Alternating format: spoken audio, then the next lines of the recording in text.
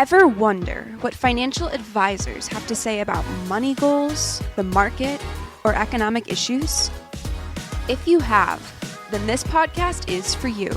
Behind the Designs gives you a sneak peek into the internal conversations at Financial Design Studio.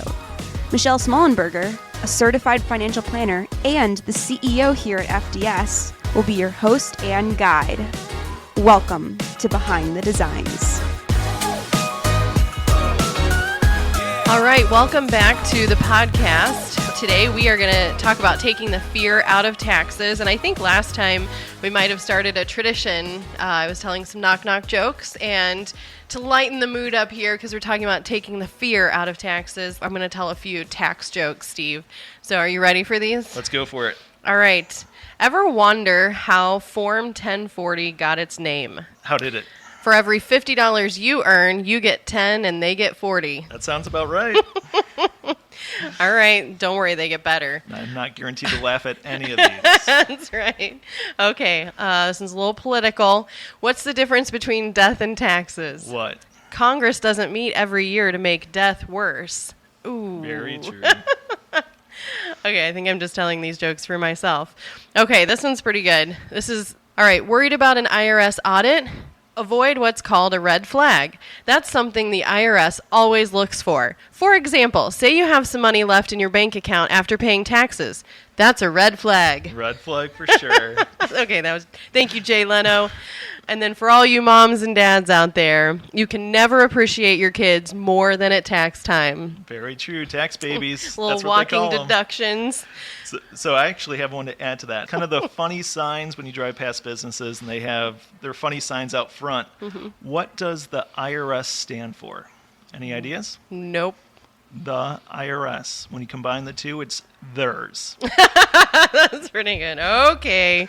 Steve's becoming the host. Okay, in all seriousness, we're taking Steve out of, these are busy times because you're preparing tax returns to actually file them due before April. So you're going to be starting here.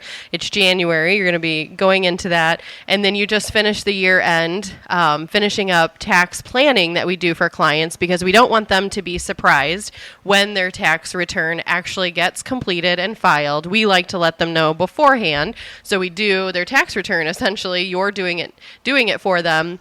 And now we can plan for any changes, or they already have a few months heads up for that result. Yeah, we kind of like a pro forma tax return. It's a tax analysis or a projection. Do that in September, October, November. Mm-hmm. What is their tax return going to look like? Do they like it? Do they not like it? And what can they do to change that before 12/31? We say there's a shot clock, time's expiring. What can you do? And then, give them a number of options and hopefully better the situation. All right. Doesn't this sound fun? I bet you're all so excited. Well, the purpose of today is to really take the fear out of taxes. So I think everything we've said to this point is actually kind of fun or funny. And what we're really trying to do is, in reality, a lot of people that we talk to when we're starting to work with them or when they talk about their taxes, it's never usually a happy conversation. Like it's usually kind of more of, I need someone to do my taxes, or I'm not sure, and so or they're afraid. I don't know what this year is going to look like. I mean, that's kind of more how the conversation starts, right? Exactly, and humor is actually a way of kind of coping with fear. So that's why we start off with some of these jokes. But yes, taxes tend to cause stress levels to increase, anxiety, keep people up at night. Mm-hmm. But yeah, it's not something to be fearful of. It's really a simple math equation, putting everything on the right line, in the right columns, getting the math to make sense, and double-checking it. Okay, so before we give everything away, let's go back to talking about, taxes, tax returns, financial advisors, who does them, who does tax returns. A lot of people do their own tax returns. So let's go back to, because this is kind of a big part of our firm now as it exists. But when it started, so when it all started, we laugh because you and I met. So when we first met, and we were talking about like what we did. We both were starting in our careers. So you were doing tax prep. You had just started out of college too. And I was doing financial planning. And I think one of the big things that we talked a lot about was financial planning and taxes and how they like fit so well together. So it kind of became like this. Two different worlds, but a perfect marriage. Yeah, it was like this perfect marriage of what we did professionally, and then it just so happens we're married. So it's just kind of like this picture, and even when we talk about it today, they literally do go together. Yeah. And so kind of you've seen from your history and the jobs you've had over your career, what would you say are the differences between a financial planner, financial advisor, and an accountant or like tax preparer? Yeah, so those two worlds, often noted by designation, so the CPA or accountants, that's oftentimes very historical. What has happened? Let's collect the documents. Let's create the reports. Let's look back and make sure everything tells the story. So it's historical. It's backwards looking. The CFP world or financial planning is oftentimes forward looking. What do we need to do to make this plan work? How do we better our situation? So when you take the backwards looking and the forwards looking, you have the complete story. So we said, it tells the full story when you have both. Mm-hmm. So let's just kind of take them apart for a second. Let's say that you're only doing financial planning, you're only doing your tax return. When you take them apart and you don't... Exclusive of each other. Yeah, and you don't have all the information. So if I'm an accountant not working with all this knowledge that a financial advisor might have about that client, or if I'm a financial planner not having all of the knowledge that an accountant has, what don't you see in each of those roles? So as an accountant, I only do their tax return. I don't see investment statements. Like, what is it you don't see? What is it you don't see? Or, what might you miss just as the accountant? Yeah. So kind of an image that comes to mind is a horse with blinders on. So the horse is meant to look straight ahead and just kind of do its job, not understanding or not seeing what's going on around it. So all the context. So when you have complete context, you're able to make better decisions. So in the world of just doing a tax return and not understanding what investments they have or what income or what retirement options they have available, it's very, very singular, meaning you get the tax return done and you're not thinking ahead at all. In the financial planning world, if you're thinking about all those but not realizing what the impact will be when they file the return, that's also very singular. It's not understanding the full picture. Yeah. So I think that's something that's so unique when we're working with our clients. Tax planning is such a big part of what we do. And then the tax preparation is kind of the formality of actually filing the return from all that planning. And so it's interesting how both of these are needed. Like both are very important. You need to file your return. You need to plan so that you're not surprised. And so they're both needed. So whether you have two people doing each, one person's the accountant, one's a planner, or you have one person doing both of them, either is fine, but you just need to be aware of kind of what one could miss that the other one might not catch. So I think that's why I'm kind of asking, what could you miss? So that's helpful to understand that when they work together, it's kind of the best for you as a client because now they know that they have all the information, or know they do. Think like just kind of thinking out loud here. So some of the work that I do here at Financial Design Studio, what I find sometimes the most exciting, invigorating, but also the most draining, mentally draining, is the tax planning. Because you're not referencing a document necessarily. You're referencing a pay stub and projecting that out. You're referencing investment holdings and what those could or could not do for the next handful of months before the end of the year. So there's a lot of what ifs, and a lot of those what ifs have ripple effects. Where when I'm doing the tax return, it's already happened. I'm now making sure I'm reporting that appropriately. So there's a different type of, level of detail that has to go into it. They both have to be right, but there's just some more variables or unknowns with the tax planning side. Yeah, a lot of assumptions. I mean, I think even when we're creating kind of these pro forma, the tax planning at the end of the year, we're saying, here's the assumptions we're making. And so if all of a sudden you get this surprise bonus you didn't know about, obviously that's going to change your result that we couldn't plan for. And so there are planning pieces, which I think make professionals nervous when they can't just say, this is what it's going to be.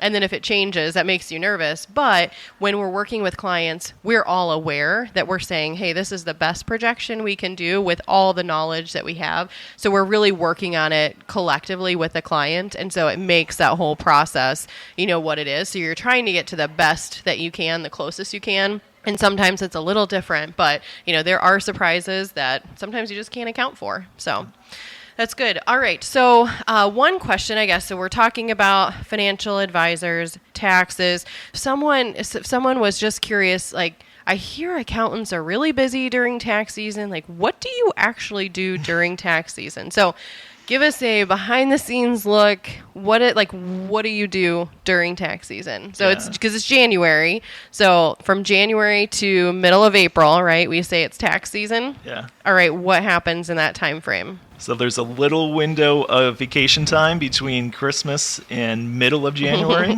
But then that's January 15th is kind of like a number of things start hitting right about that time. You have estimated tax payments. You have payroll tax returns.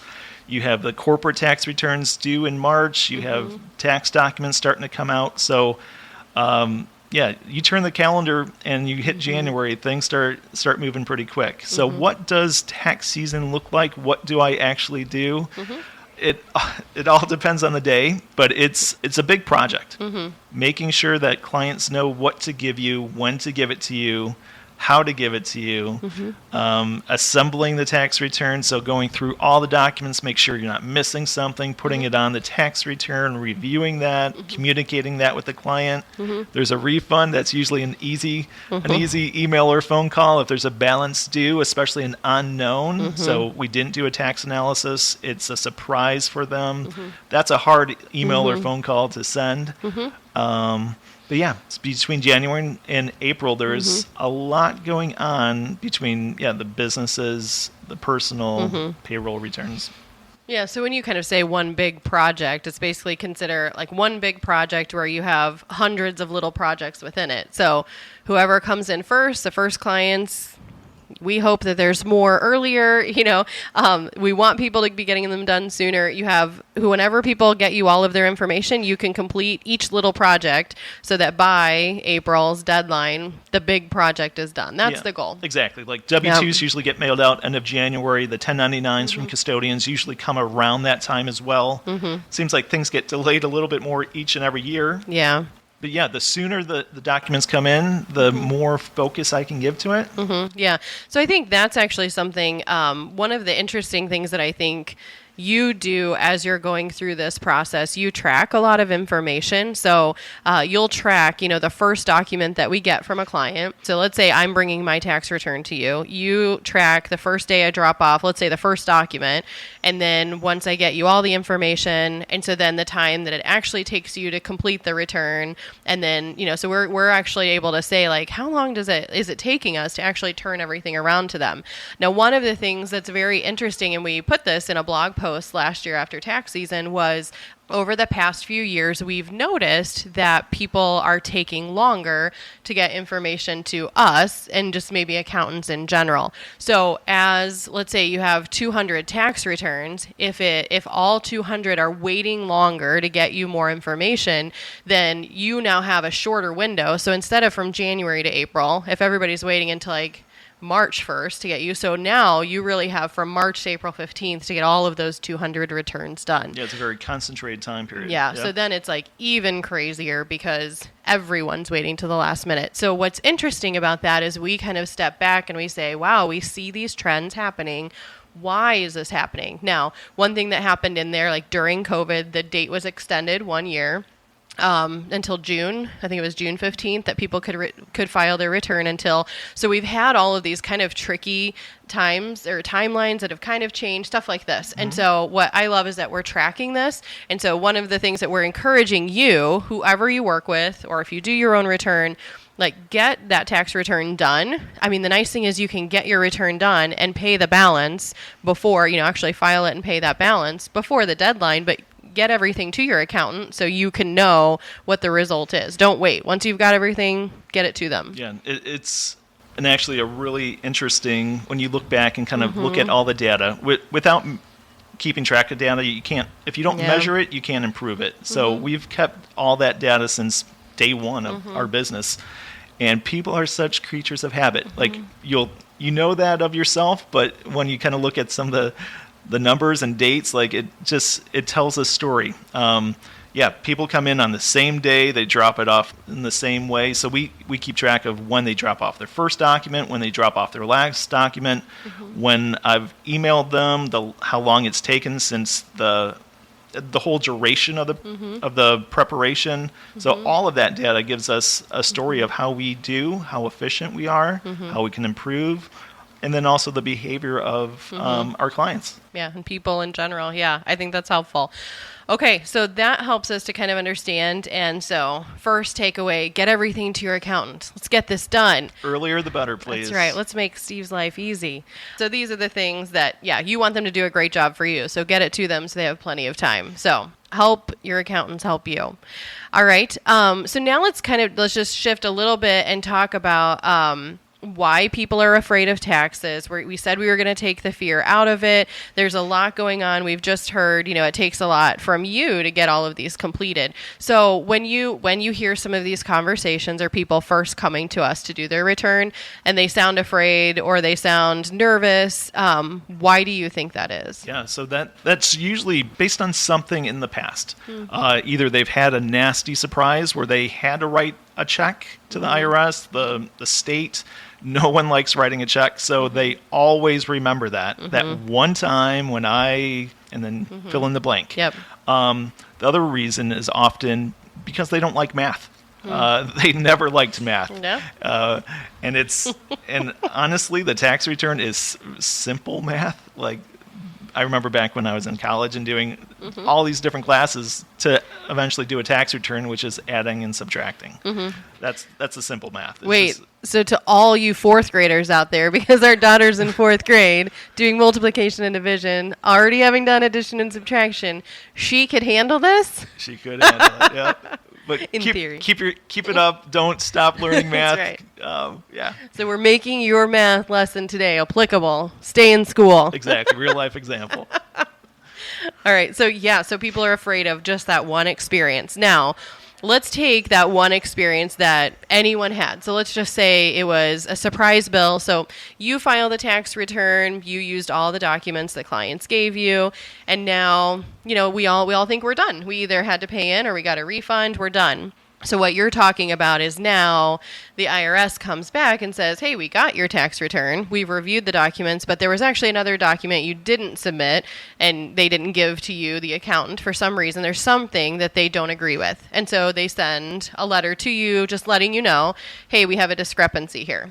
You have a fun name for these letters from the IRS. Yeah, nasty grams. I borrowed that from my old boss. He used to call them that, and I thought it was very appropriate. Yes. So there's the situation where I have all the documents, the client's provided everything, nothing's missing, it's locked down, and they still owe. That's a situation, and that's the one I was referencing. But there's the other situation where there was something left out. Either the client never received it or never passed it along, or, just it happened. So the IRS receives every document you get. So every W-2, every 1099 that you receive, they also receive a copy. So in their database, they already have your tax return essentially completed, other than some things like deductions, like if you supported an organization, you gave charitably, medical expenses. They don't have things like that, but they have all your income. So when you file your return, you're basically matching up what your return says with what's in their database.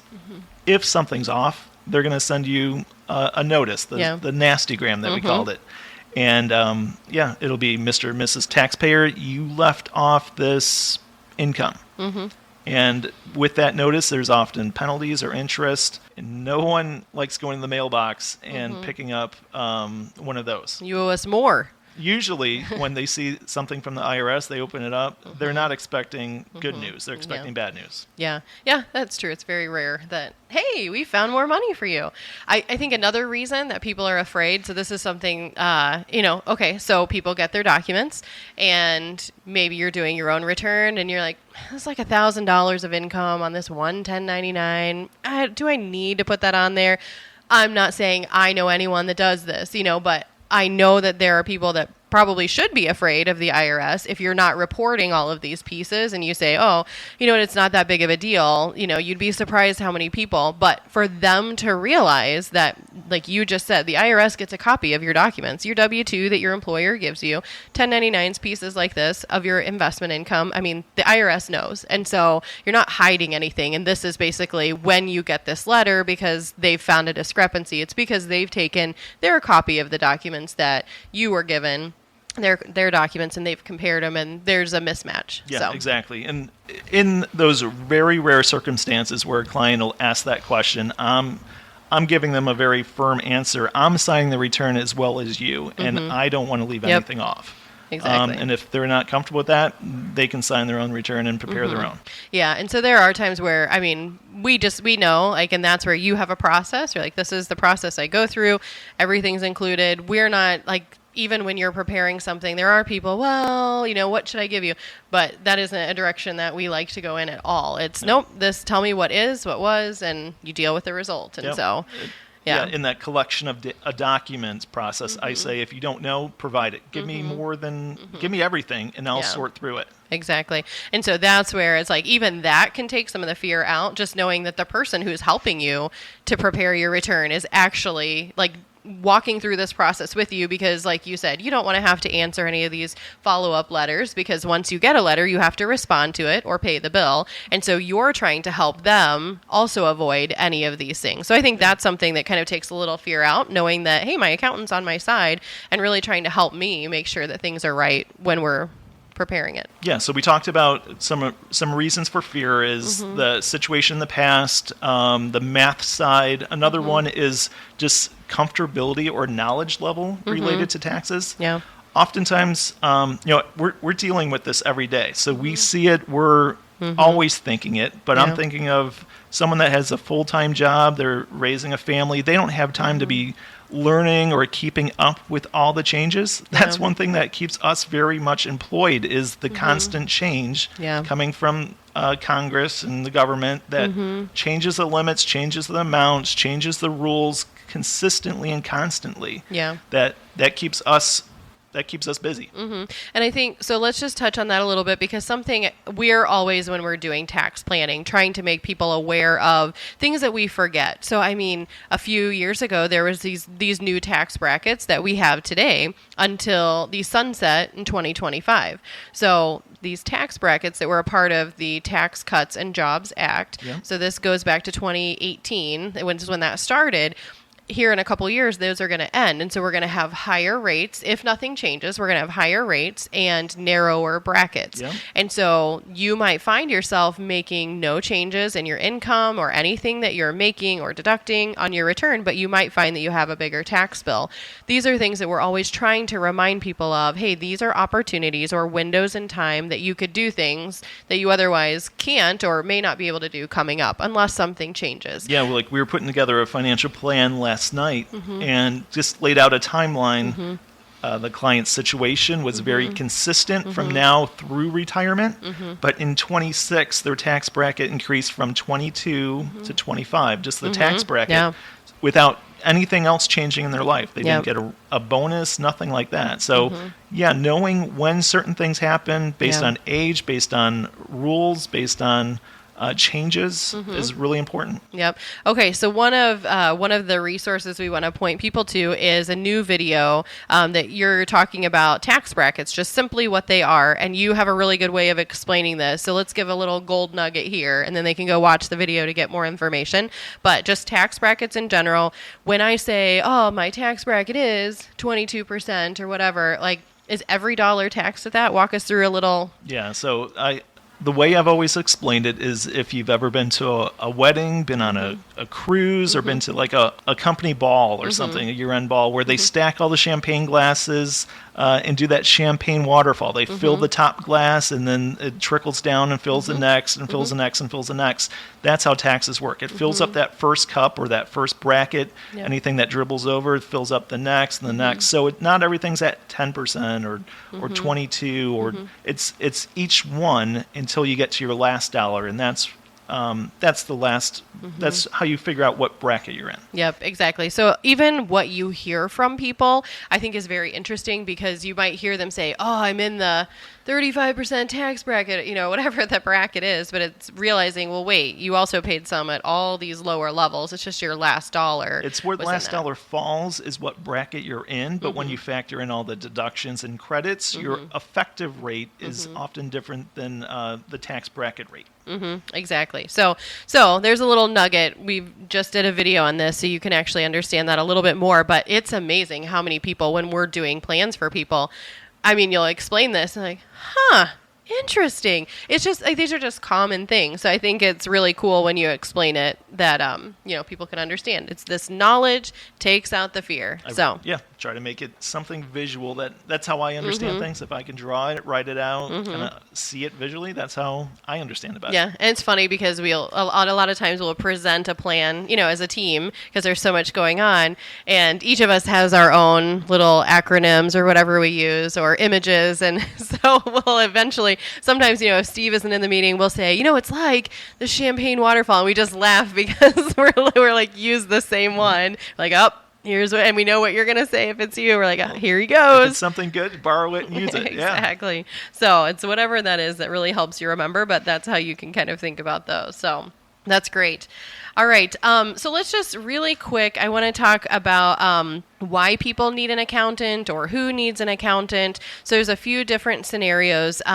Who would you say should be working with an accountant, or should everybody be doing their own return? What do you think about that? Yeah. So could everybody do their own return? They sure could. If you have the time, the knowledge, the interest. The interest. Yeah. When should you hire? It's probably anybody could. There's plenty of resources out there to do it. But for those three reasons, maybe you shouldn't. And it's when things are just above you or beyond you, or you don't have the time to really get into it. Things are maybe more complex. There's a lot of moving parts. That's really probably where we say when complexity hits, that's when it's often time to hire someone. Yeah, I love just a very recent example of this. We offer tax planning to our clients, but you don't have to take us up on it. You don't have to do it. And so we had a client who was kind of like, hey, I'm gonna work on, got your newsletter. I'm gonna work on my tax projection this weekend, and so they, I don't know, must have started into this. And I mean, it was within a day, they email and they say, you know what, I'm going to let the professionals do what they do. And so sent the information over so you can do it. But what I love about that is that's honestly what we view that as, is this is what we do. Like you said, we do this every day. This is what we're doing. We stay up on this. And so sometimes you use a professional because you don't know what you don't know. Yeah. And so, whether you can't, or you don't want to, or you don't want to spend your time doing that. There's so many different reasons there, but I just love that example. And also, I mean, it's kind of like, oh, okay, well, that's one less we have to do. But then it was like, great. It's actually kind of reassuring just to hear that, like, you know what, I'm just going to let you do what you do. Yeah. And so it's actually kind of like just a funny, whoa, okay, the difference or the direction it changed, but it was also encouraging just to hear, yep, that's what we do. And we enjoy doing that. And so for clients to realize, it's nice to hear. Yeah. And we do that in our own lives. So yes. Like Michelle and I don't want to do anything with electrical or plumbing at home. Like, I know my limits. Could I put up some crown molding? Could I replace a door frame? Yes, I could. And those I do, but I know my limits. And I don't want to do anything with electrical to burn the house down. I don't want to do anything with plumbing to flood the house. It's the same with changing your brakes in your car. Yep. And your dad has shown you that since you were little. A lot, yep. There's a level of discomfort in knowing someone that does this every day is doing it, and they're doing it right. And there's also it's convenient. Exactly. I don't have 2 or 3 hours to jack the car up, take off the wheel, take off the brakes, clean it, all that. It's just I I'm going to pay them for their time, and Exactly. I feel that's the best use of my time. Exactly. And I think time, that kind of, for me, I think is one of these reasons that when you're talking about all of these personal things that we need to get done, it comes down to time. And what do I want to spend time doing, the free time you have? Do I want to enjoy that with our family? Do I want to be doing something fun, or would I rather be spending hours trying to do this? Would it be fulfilling in the end if you figure it out and you can do it? Sure, but you kind of have to gauge what is it that I want to spend my time doing. So Another thing to add to that, sometimes clients have a fear actually of farming out or hiring someone to do the work for them, especially in tax returns. Well, I'm not going to understand everything that's going on in my life. When we prepare a return, when we talk through it after it's done, before they sign the e-file forms, we're educating them. We're helping them understand what happened. We're even talking through what's going to happen in the following year. So we take a lot of pride in the education level that our clients have. And when something clicks and they get it and they're engaged, that's where we're the most excited about. Yeah. Well, and it also just makes the process each year. Like when you do someone's return once and then the next time and the next time, it's a process now. They know the drill. They know, okay, I get everything to him. He's going to let me know what he still needs or doesn't have. And, so it's this process. And then, here's some options. Here's something, a lot of these that you've done the tax planning for, it's really just kind of the formality of actually filing the return. So, which is nice because then it's okay, let's just wrap this up. So yeah, no, that's good. And I think when you work with a professional, you just get help knowing what's available. So, at the end of the day, we said that a tax return is really just, I make income. When we earn income, the IRS has a code that says this is a percent, how much ever you make, there's a percent assigned to that. And so at the end of the day, you're just paying the percentage that the IRS has said you owe.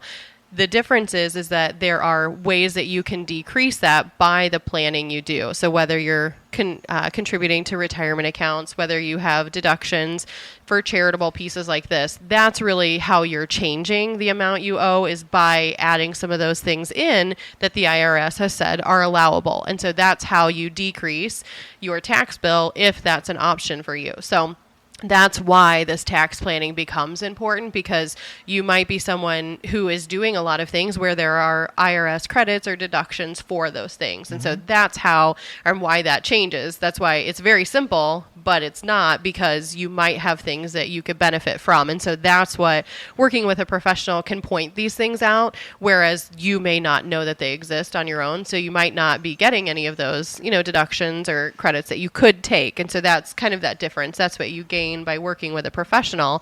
But again, we're just like, these are just the benefits when you choose to do that, but it's not saying that you're not doing a good job on your own. You might very well be. So. Exactly, yeah. The tax return is a summary of what happened from January 1st to December 31st. There's very few tax benefits that happen after the year for that prior year. Yeah. So a few of them would be like an HSA or an IRA or some business profit sharing, but most things have to happen within the calendar year before 12/31. So that's why putting together that analysis really identifies where are you at and what options do you have available to take advantage of. Yep. No, that's great.